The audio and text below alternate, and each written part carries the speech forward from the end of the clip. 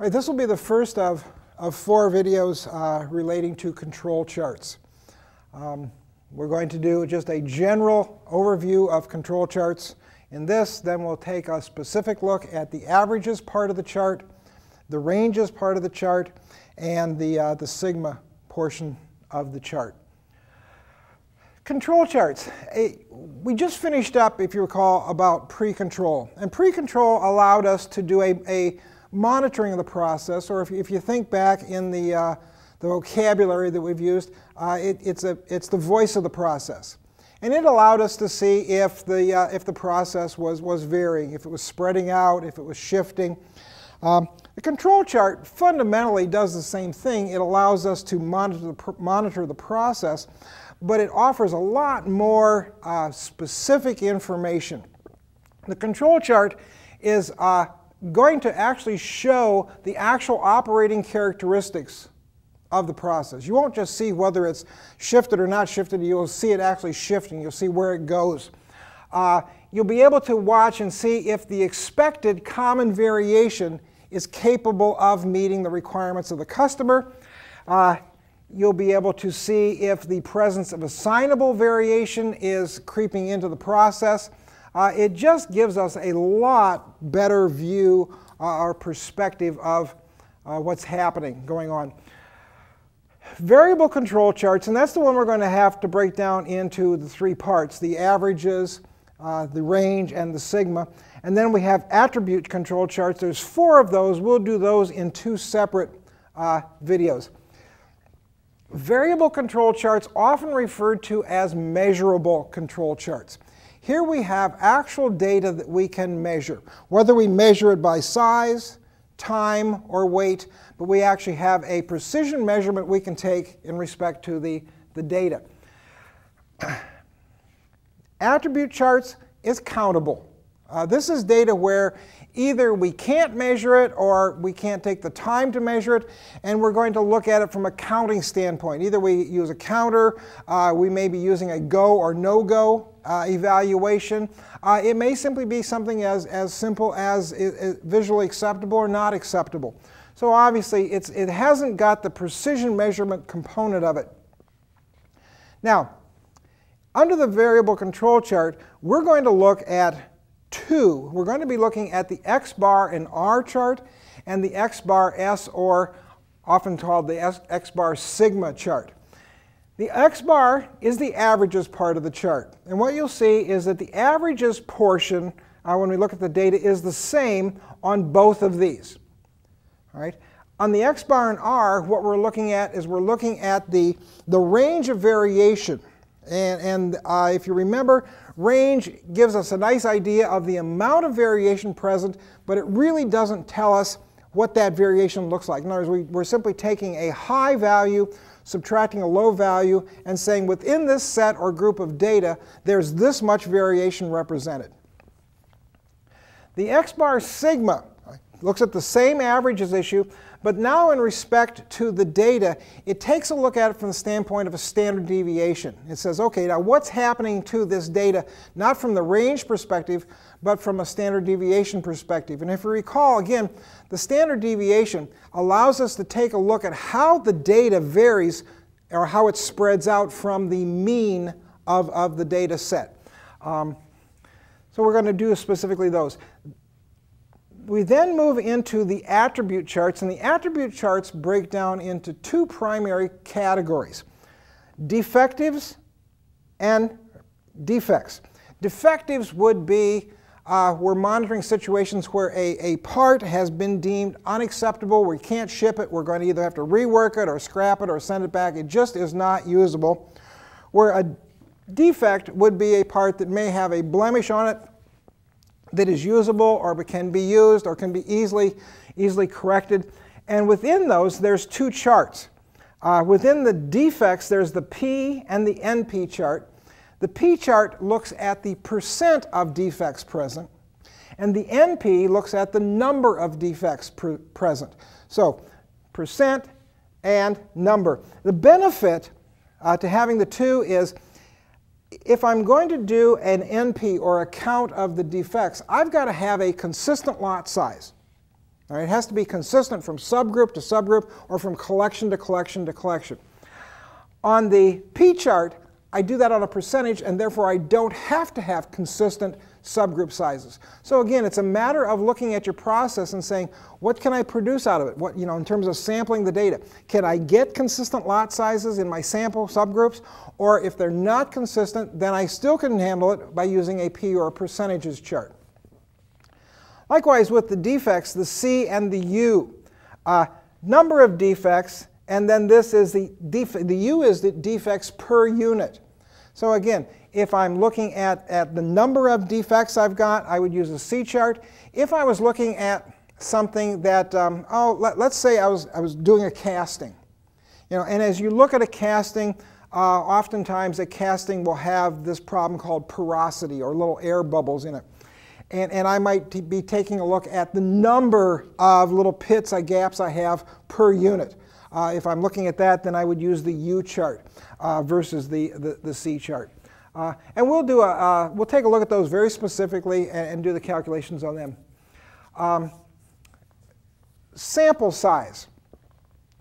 Variable charts and attribute charts together, what we need is we need 25 subgroups before we can start actually analyzing the data. The difference comes in the subgroup size, where if I'm doing an X bar and R chart, then what I need is a subgroup size that typically is somewhere in the area of 4 to 8, 4 to 9 units per group. So in other words, what's going to happen is over a period of time, I'm going to pull a set of parts. Let's say I'm pulling something to measure. I will pull, suppose I go with a subgroup size of 5. I will pull 5 consecutive parts. I will measure all 5 and record those measurements. Once I've got 25 subgroups of 5, then I can start doing my calculations and start looking at the pattern present. If I'm going to do the sigma chart, all right, I'm going to do this when I have 10 or more subgroups. Now, sigma is not new, but it's presented itself more because of the advent of software. Sigma all has to do with calculating standard deviation. And if you recall, if you're doing that manually or with a calculator, it's just not an easy thing to do. However, with the advent of statistical software or even packages like Excel, standard deviation is a piece of cake to calculate. Therefore, it becomes a much more viable or useful feature to it that we can do quite easily. We don't have the difficulty with it. And it's going to show a similar picture to range, but sometimes it's going to give you a little clearer idea on what's going on. On the attribute chart, again, 25 subgroups like I said before. However, here, because we don't have precision measurement, I'm looking at these subgroups of being at least 50 units per subgroup or greater. The larger number of samples in the subgroup is what allows me to compensate for the lack of a specific or precision measurement on them. All right, so that gives you an idea of variable, the X bar and R and the X bar and S chart, the attribute, which would be the P and the N, the C and the U, measurable versus countable, sample size in relationship to that. So now the chart itself. Now, what I did here is I laid in the upper and lower specification limits. You will not typically see that on the chart. I simply put it here to make a point. We are not going to use a control chart unless the process is reliable and predictable. In other words, what I'm looking for is probably a CP of around 1.33 and a CPK of around 1.33 as well. This tells me that 99.7% of my variation is predictable, it's common to the process, and it also lies within the customer's specifications. So in essence, I have something that I can run and reliably count on it to create the outcome that I want. The upper and lower control limits on the chart are nothing more, if you think of the histogram, they're nothing more than 3 standard deviations below the central line or the X bar, or 3 standard deviations above the central line. We lay those in, And then the central line, it's actually not exactly the x-bar. It's in many cases the averages, for example, it's the double bar, but you'll see that when we get to it. But it is kind of the center point of the curve. So in theory, what you have is you're looking at each subgroup as a mini distribution curve on the chart. And what we're watching is we're watching the mean of each subgroup and see what it does. So if the subgroup varies a little bit, all right, we see that. If the subgroup starts to skew, okay, we'll start to see that. That would be an assignable cause. Again, it gives us a good picture of what's actually happening in the process by taking a look at a mini distribution curve of each and every one of the subgroups that we have. That then, because we simply are plotting the mean of the subgroup on the measurable chart, what that's showing us is that's showing us a pattern. And we've got 5 things we're looking for. 3 of them are patterns. Excuse me. Yeah, 3 of them are patterns, or 4 of them are patterns, and 1 of them is simply not an ongoing pattern. For example, and let me just get these out of here for a minute.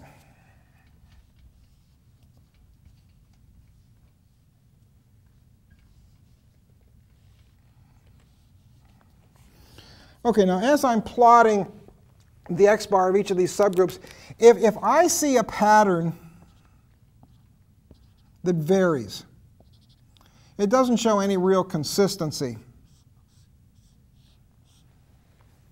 That's what I'm looking for. That is my in-control condition. Now, let's go back for just a minute. Remember, with a normal distribution curve, all right, that we rely on, keep in mind that this curve will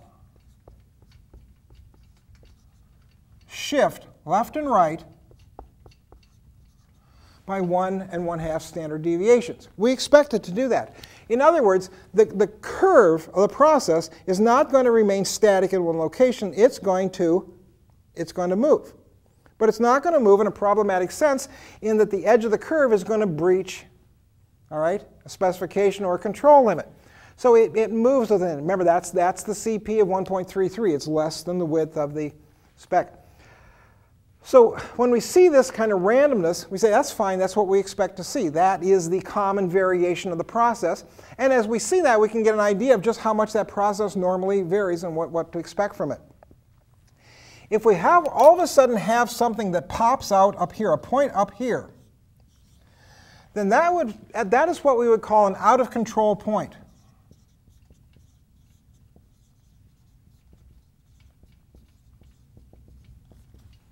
Something's happened. Something's happened.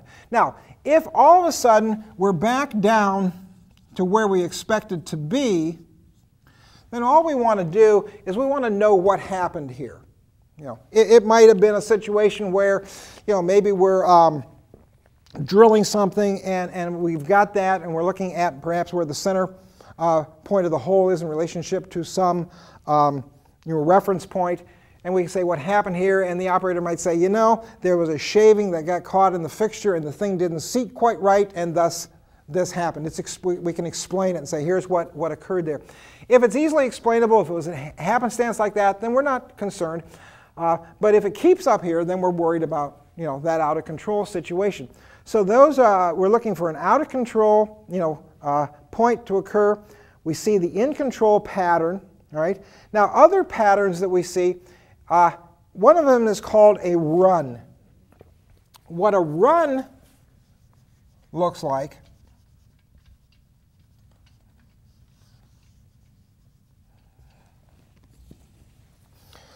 would be, I'm just going to put on 7 points.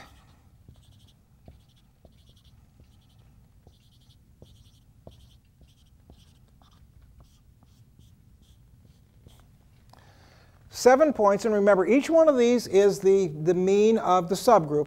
7 points either above or below the central line. All right? And what that tells me is that the curve has shifted. Okay? Remember, you saw that in the pre-control. If all of a sudden we had 2 samples in the high yellow, it tells us that the curve shifted to the upper side. If we had 2 points in the low yellow, it would show us that the curve shifted to the lower side. Well, this shows us the same thing, but actually shows us how much shift in the curve was present. So in essence, what I'm saying is my distribution curve is no longer sitting right there, but maybe it has moved up to here. Right? So that's a concern. Something's happening with the process, and remember that curve represents the common cause. So I'd want to investigate and say, what has caused the curve to shift? Now, a trend, and I should mention that we look at 7 in a row, or you can also look at 10 of 11 or 12 of 14 to indicate this run pattern. A trend, on the other hand, is where we're starting to see points systematically move towards one of the control limits. And ultimately, that would lead us to an out-of-control point or out-of-control situation. If you're seeing the trend either up to the upper limit or down to the lower limit, then what you're seeing is that the curve is starting to skew. Right? We're starting to see a skew. So here, it's the process. Something's happening different in the process. Over here, there's something that's assignable. Remember, this is common cause. This is assignable cause. So now I'm out on the floor or wherever, and I'm investigating, saying, what's happening? You know, is somebody not following the procedure? Is there a materials issue? Did maintenance not get done on a piece of equipment, and that equipment is starting to skew the data, or do we have a tool that is wearing out that should have been changed and wasn't? So we're starting to see that. So this tells us what's happening with the variation. It also tells us that normal curve is starting to skew into an assignable range or area. Finally, the cycle. And what a cycle represents is a repeating pattern. And please keep in mind that a cycle in real life is never as clean-cut as it is on the whiteboard or in the textbook. Okay? So it's a repeating pattern. Typically what the cycle tells us is that it's something in the environment that's impacting it. You might be looking at temperature variations. You might be looking at humidity issues. You might be looking at lighting issues. On one occasion, we worked with one company, and it was a startup issue where the equipment had a startup period where it was warming up. And so you always saw a change in what the common cause variation looked like until the machine got warmed up and then it stabilized. And so you would see that cycle pattern repeat on a daily basis or at the startup of the machine. You might see related to if you're maybe a plastics industry where you're impacted by humidity. And as you get hot or humid days, you might be able to track that with the humidity patterns that you see in the facility. It typically is related to an environmental issue that's having an impact that's causing this thing to vary in a consistent fashion. So if it's a run, right, it's common cause. So we're looking at equipment, materials, people, environment, common cause, and if we're seeing a run, then it means that something has changed in the way we execute the process. Some factor within that, be it people, materials, methods, whatever, something has changed that's impacting how we execute the process, and therefore that curve has shifted to a new standard there. If it's a trend, then it tells us that something's wearing out, there's a bad adjustment. maybe we have a temporary person in, somebody was out sick or on vacation and somebody filled in for them and didn't execute the process exactly as it was supposed to be. Maybe we don't have proper materials, but the end result of that trend is that we're now starting to see a pattern that indicates an assignable cause to the change in variation. And then finally, as I said before, if we see a cycle, it's indicating that there's something within the environment that's impacting how the chart looks like. So I think you can see, just from this basic overview, that it really does, the control charts really do give us a good look at the operating characteristics of the process. We know what the expected common variation is. We can actually learn about it. We can see what it looks like and see how this thing functions typically. And we can also detect the presence of assignable variation creeping into there. So it's a very good tool to look at voice of the process.